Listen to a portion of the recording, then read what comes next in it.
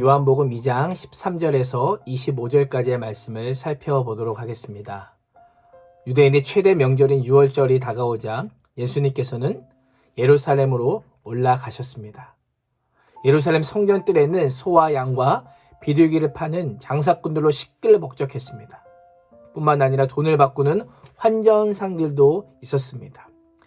이들은 멀리서 제물을 드리게 오는 사람들이나 또 성전세를 내기 위해서 방문하는 사람들의 편의를 위해서 있었던 자들입니다. 그런데 이들이 돈과 재물에 눈이 먼 종교 지도자들과 합세해서 이것을 악용함으로 폭리를 취하는 탐욕에 사로잡히고 말았습니다. 이렇게 성전이 더러워진 모습을 보신 예수님께서는 그들을 내쫓으시고 쏟으시고 엎으셨습니다. 본질을 잃어버리고 형식만 남은 그 성전을 향해서 예수님은 꾸짖으셨던 것입니다. 형식이라는 것 중요합니다. 왜냐하면 내용을 담는 그릇이기 때문입니다. 그러나 하나님을 경배하는 본질은 사라지고 형식과 외식만 남는다라고 하는 것은 매우 위험합니다. 우리의 신앙을 한번 돌아봤으면 좋겠습니다. 그리스도인이라고 하는 삶의 형식과 스타일이 우리에게 있습니다. 근데 우리는 때로 그것을 전부라고 생각합니다. 예를 들면 내가 기도하고 또한 예배하고 말씀 읽고 전도하는 그것으로 내가 그리스도인이다라고 생각하는 것입니다. 이것은 그리스도인으로서 사는 삶의 한 모습입니다. 이것이 곧 그리스도인이라고 말하지는 않는다라는 것입니다. 신앙은 형식이 아니라 본질입니다. 당시 성전에 형식은 있었지만 본질은 없었습니다. 종교 지도자들이 생각했던 성전과 예수님께서 생각하는 성전 사이에는 어마어마한 차이가 있었습니다. 종교 지도자들에게 성전은 자신의 배를 부르게 하는 탐욕의 수단이었습니다. 장사하는 집에 불과했습니다. 성전의 존재의 목적, 그 이유에 대해서는 전혀 관심이 없고 어떻게 하든지 더 많은 부를 쌓을 수 있을까? 그것만 생각하는 뿐이었습니다. 그러나 예수님께서 성전은요, 하나님과 예수님과의 관계를 가장 잘 보여주는 곳이었습니다. 그래서 예수님께서 오늘 말씀을 보시면 하나님의 집이라고 표현하고 계십니다.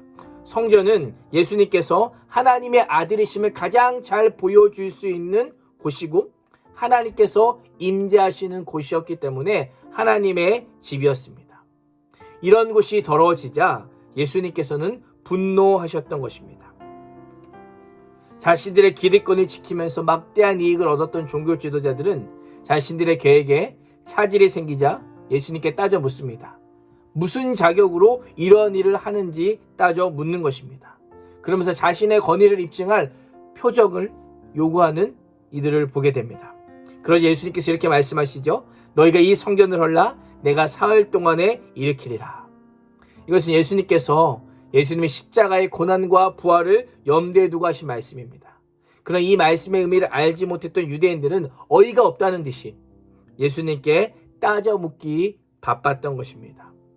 이들에게는 성전이라고 하는 공간은 있었지만 참 성전이신 예수님이 누구인지 몰랐습니다.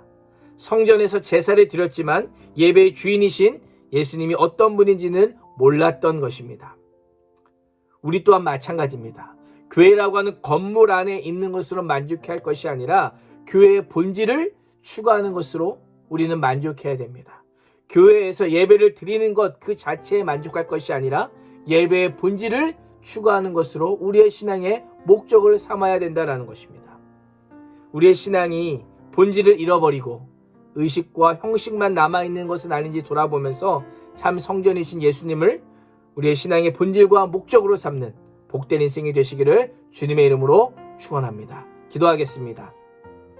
하나님 아버지, 성전을 청결하게 하신 그 예수님의 모습을 바라보면서 우리의 신앙 또한 다시 한번 점검해 보게 됩니다.